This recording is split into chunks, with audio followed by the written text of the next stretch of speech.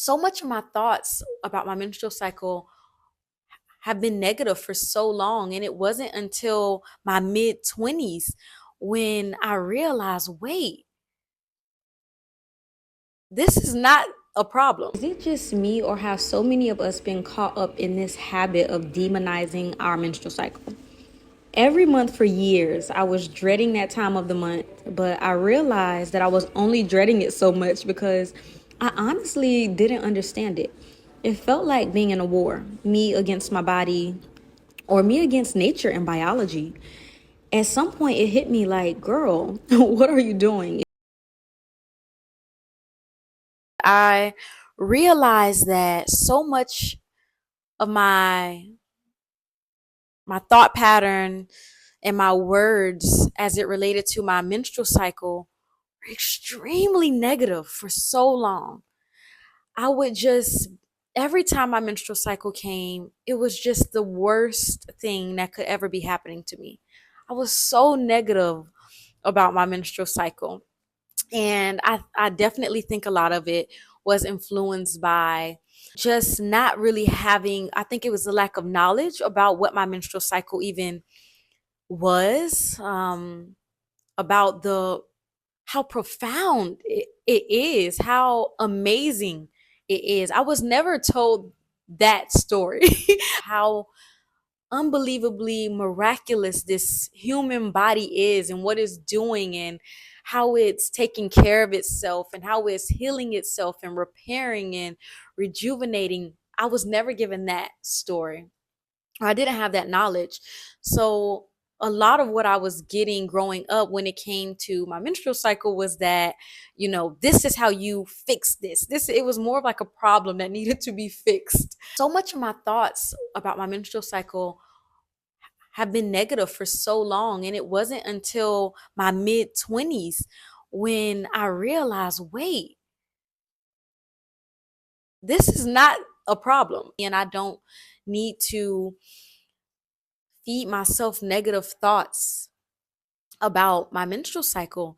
I can change those thoughts to, seeing it and perceiving it to be a very beautiful experience and a very, yeah, precious thing to have the opportunity to experience every month.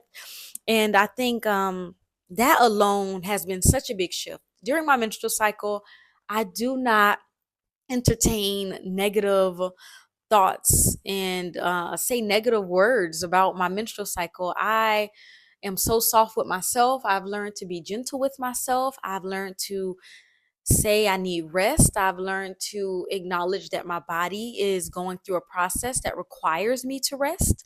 And it's a necessity, it's not a luxury, it's a necessary thing that has to happen. I lie down when I need to. I'm happy to tell people I'm on my menstrual cycle. So I'm going to be taking some rest, and this is what I'm going to be doing. Um, just allowing myself giving myself the permission to be able to actually listen to my body. I realized that so many of the women that I know, and again in my own experience, that we don't have the permission in a lot of the places that we find ourselves on earth, in a lot of our work settings, and even sometimes in our household, our family members not necessarily understanding what's internally happening for us, what we are experiencing and what that process looks like. So I recognize that for so many of us, that to be able to even find our own time and space and ability to rest is extremely difficult, because we are also caring for other people and we have roles and responsibilities in society. We have things that need to get done, and it can feel like we don't have time for rest or time for 3 to 7 days off from life. But it's so crucial that we find those moments within our days, especially when we're on our menstrual cycle, to really take care of ourselves, because again, it's not it's not a luxury. It really is a necessity that our body is asking for. And we find that over time, if we neglect ourselves in that way, it can really lead to very detrimental experiences later on when we don't take the time to honor our body, um, and also honor our mind, right? There's so many different mental fluctuations and things that can also be happening by neglecting our body or by caring for our body. That completely changes the dynamic of our mental state. So it's so, I mean, now for me, I was realizing today as I was doing just my day-to-day things while I'm on my menstrual cycle, how at this point for me is such a natural thing to do, to honor. And then I was also reflecting on how for so long it was not a natural thing for me. How for, I think I got my menstrual cycle when I was maybe 11 or 12. Since the moment I got my menstrual cycle, it has been treated as a problem. It has been treated as something to get through really quickly. Like, I just got to get through this, rather than this very beautiful experience of like really being able to rest and tend to myself and nourish myself, and also have and allow myself to be nourished and cared for by the people around me, because they have the understanding and the knowledge, and they hold the space for me during this time. And I realized that that has been such a big shift in my life, because this is something that we're living with. This is something that we have, just because we have these bodies, and to really to be with it, to be with this experience of a menstrual cycle. So I was just realizing how, wow, I never really related to my menstrual cycle in this way. It's extremely nourishing, and it's extremely beautiful, and it's extremely healing in so many ways, on so many different layers, to be able to relate to my menstrual cycle in this way at 30 years old now. So, yeah, kind words and kind actions. Kind thoughts, kind words, and kind actions. That's one of my number one hacks for my menstrual cycle. Like, if there's no other time of the month in which I have positive self talk, this is the time where I just pour so much positive self talk into myself, just recognizing how beautiful I am, how strong I am, how intelligent my body is, and this human body is, and how grateful I am to have this human body and this experience, and how just amazing how amazing it is that every month something like this is happening, and the body is taking care of itself in this way. Just I'm just blown away, honestly. I'm mostly blown away by it. And I did, for a while when I first got to Bali, I was taking some classes that were talking about the menstrual cycle in the womb. And I was just like, because it was the first time in my life that I heard it being spoken about in this profound way, in this beautiful way. So I really try to honor that and keep up that habit. And then being kind in my actions to myself during this time, like a few days before, just remembering, like, oh, of course I don't have the energy to entertain certain things. Of course I am tired. Of course I want to sleep longer and be in bed a little bit longer than normal, because sometimes I forget, and then I can get really hard on myself in those moments where I forget that, oh, I'm about to go into my menstrual cycle is about to start. I'm about to start my bleeding phase. And physically, I can feel the lethargy, the fatigue, the willingness, like the ability to yeah, the ability to be active. Like, I can feel it diminishing, and sometimes cognitively I forget that that's happening, and then I can feel myself starting to be hard on myself for not being able to complete tasks the way I normally would, and all of that stuff. And allowing myself to just, snuggle up in my favorite blanket, wear my comfy socks, and just be home, and allow myself to drink all the tea in the world, allowing myself to kind of be lazy, be lazy and just kind of slowly get around to do things, and realizing how important that step is when it comes to taking care of ourselves and healing, being on whatever, in whatever capacity we use the word healing, whether it be long-term healing, short-term healing, healing from a cold or flu or anything, the body physically being in a place of literally stripping things down, repairing, rejuvenating, healing itself. I mean, more than any other moment, in these moments, just having kind thoughts, words, and actions towards oneself is important. I have one yoga pose that I go to during this time. I typically have a lot of movement in my day, in my life. So I do a little bit of Pilates here and there. I have my yoga practice. Um, Sometimes I've just now started to get into going to the gym at least once a week. And I love Zumba. I love Afrobeat Zumba. But funny enough, I noticed specifically with Zumba or with anything cardio based, if I do it even slightly before my menstrual cycle, I cramp so much. Like it is so painful. So I just completely, all of those things, I try to minimize. I try to minimize any excessive movement or yeah, any excessive strength based practices. I try to kind of just leave them for later phases in the month. I try not to overexert my body during my menstrual cycle with any of my wellness practices and the yoga and all of these things, any the yoga asana and all of these things, any really gross physical movements. So I have one yoga pose that I go to, and this is it. This posture is called reclined bound angle pose, and it is like medicine for the menstrual cycle.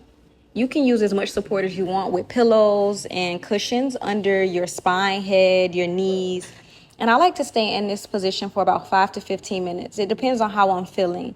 But it works on our nervous system, our blood circulation, and hormonal organs all at once. And it shifts the body into rest and digest, which allows us to turn on our parasympathetic nervous system and reduces the stress hormone in the body, which is what typically causes our cramps to just be a little more heavy. Also, yoga nidra is also just an extremely beautiful practice for regulating, resetting our nervous system and coming into the parasympathetic nervous system, which is where we rest and digest. So, just completely allowing our nervous system to come into that state of restfulness, which I think is extremely important during our menstrual cycle, especially when we're bleeding. And then I take just maybe a short walk. I like to, because I'm typically home during this time anyway, I try to like really stay home and be in my house and not be out and about doing a lot of things. If that's accessible to me, of course, life changes sometimes, and sometimes I do have to be doing things. But I try to minimize as much movement as possible and running around and just, like I said, overexerting myself. So I like to take maybe 10-15 minute walks where I can. And even walking too much can become just a lot for the body. So I just try to be mindful and constantly checking in with my body, and whichever one of those three practices seems to be fit for how my menstrual cycle is on that particular month. Another hack I have during my menstrual cycle is allowing people to care for me, which is probably the hardest, the hardest one. I think because for so long during my menstrual cycle, I still had to go to work. I still had to do all the things. There was no difference or shift in how my lifestyle was. I was still doing a lot of the heavy lifting, just because that was the normal thing to do where I grew up. And I think in most places in the world, it's almost like this expectation that you kind of just get on with it. Like you get on with life. If you're carrying heavy loads, literally, physically or internally, you just keep on doing it during your menstrual cycle and all of the like that kind of mindset. So to allow people to support me and to care for me during my menstrual cycle has been one of the most difficult or most challenging parts, because first I had to understand what it is that I need. I had to understand what's actually happening in my body and what my body is requiring of me. And then I had to learn how to communicate that to other people, and the people around me, so that they would be able to also have that knowledge and to be able to support me and hold that space for me, and to also have an understanding or a common ground. And I think that's really important for those of us who are in relationships, who have children, who we have companies or we're working, and just all of those different domains of our lives. Really having people understand our limitations. And I think that's one of the most beautiful things. It reminds me of compassion, having self-compassion, and also just compassion for others, and recognizing our limitations as human beings, and that we all have limitations to some degree. And a lot of things that happen when we enter our menstrual cycle, we have limitations. Of course, I can still do all of these things, but why would I, when my body is literally saying, nah, like, don't do that. Having that clarity within ourselves, of course, that we can overexert ourselves and do the hard things and the heavy lifting. And also, this is a time that our body is asking for rest, and allowing other people to support us, allowing ourselves to ask, you know, our spouse or our person to, could they make us a cup of tea, or do they mind taking care of, you know, um, dinner and lunch for the day, and any way in which we feel we could be more supported with those around us. Educating our children, letting the children understand what's going on, and also letting them know when mommy needs a little bit of time to herself, some rest, letting them know that, mommy doesn't have a lot of energy and why she doesn't have a lot of energy. And I think these are extremely important things for us to know, so we can communicate that to those around us, because otherwise, if we don't know, then we can't expect them to know. And of course, their actions will be very different towards us, and having the capacity, or the understanding and being able to support us. And I think it's an extremely important step. I let people know I ain't got it. I'm not going out. I'm not the friend to call during this time to hang out and to be out.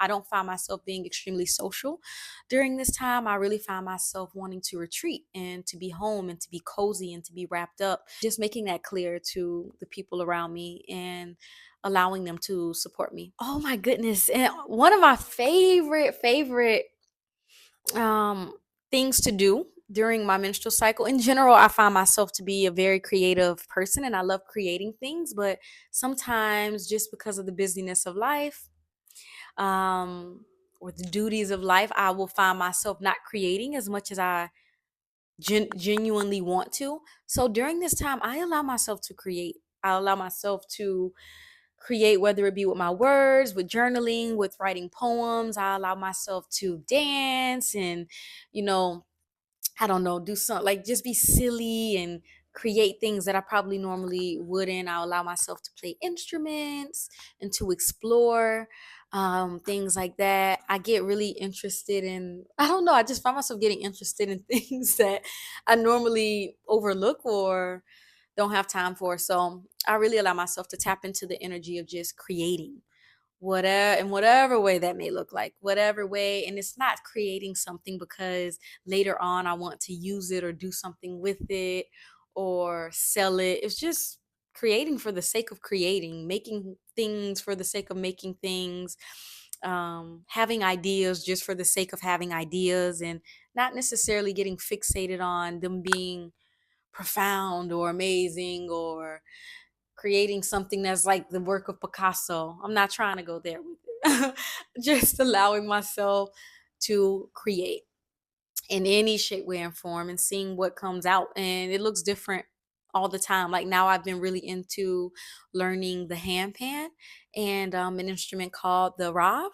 So just allowing myself to sit down and see whatever comes out of whatever comes out of that, and kind of not getting into this very structured, logical, pragmatic way of being, but allowing myself to be free and flowy and, exploring something new. I always think to myself that one of the most overlooked parts of a healing journey is changing our mind. So I always remind myself that it's okay to change your mind, especially when you have new information.